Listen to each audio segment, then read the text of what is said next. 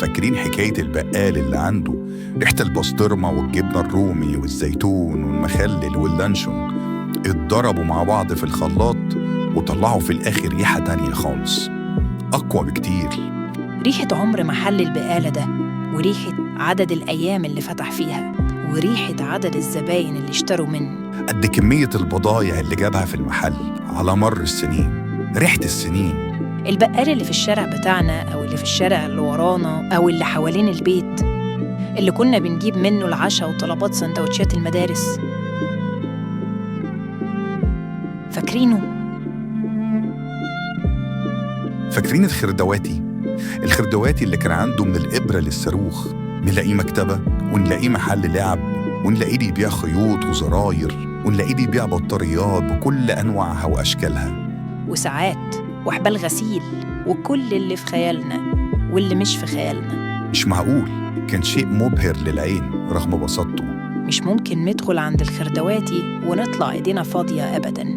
لازم نلاقي عنده حاجة من الحاجات اللي محتاجينها واللي مش محتاجينها، رغم إنه كان أصغر محل في الشارع. بس مفيش حاجة مش موجودة عنده. فاكرين العطار؟ فاكرين اللبان؟ فاكرين محلات الكاسيت اللي كانت بتبيع شرايط وبتعمل كوكتيلات؟ طب الساعاتي والعجلاتي والترزي بتاع زمان. محلات كتير كانت مالية شوارعنا على كل شكل ولون، والكل محل حكاياته وذكرياته، حكاية صاحب المحل وحكاية اللي شغالين فيه، وحكاية لكل زبون.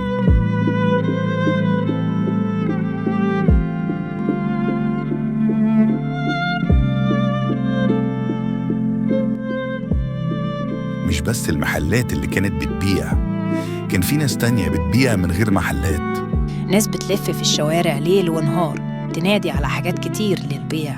الصبح راجل بعجلة بيبيع جرايد، وراجل تاني بعجلة برضه بيبيع لبن، وعربية خشب فيها بليلة. بعدهم يلف بياعين الخضار والفاكهة، بياعين كانوا معروفين بالاسم وكل واحد فيهم عارف زبونه وبيروح له لحد باب بيته. يمكن تكون الحاجات دي كلها لسه موجودة بنفس ملامحها في شوارعنا القديمة والبسيطة، بس في طريقها للزوال. يمكن الزمن والتطور. الحاجات دي بقت بتتبدل بمحلات كبيرة فيها أنظمة حسابات ومبيعات وموظفين وخدمة عملاء وغيره. بقى سهل علينا نبدل كل الأماكن دي بمكان واحد نشتري منه حاجاتنا كلها مرة واحدة.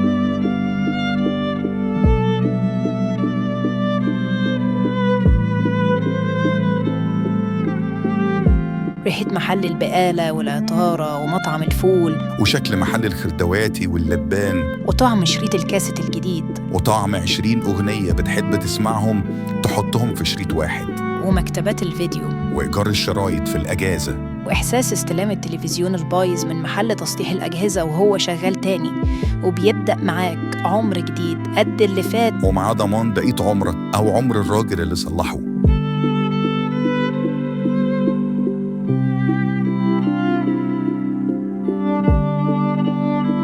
إحنا عدينا بحاجات كتير، حواديت كتير حصلت في شوارعنا، تفاصيل حياة عشناها ومش ناسيينها لحد دلوقتي، فتناها وبدلناها بحاجات تانية يمكن تكون أحسن، بس إحنا لسه فاكرين. جيلنا هو اللي شاف النقلة بين زمنين، فرق السنين اللي بينهم أقل بكتير من فرق التغيير اللي حصل فيهم. جيلنا هو اللي عاش في طفولته نهاية عصر بحكاياته، وعاش ولسه بيعيش في شبابه بداية عصر تاني بحكايات جديدة وتفاصيل جديدة.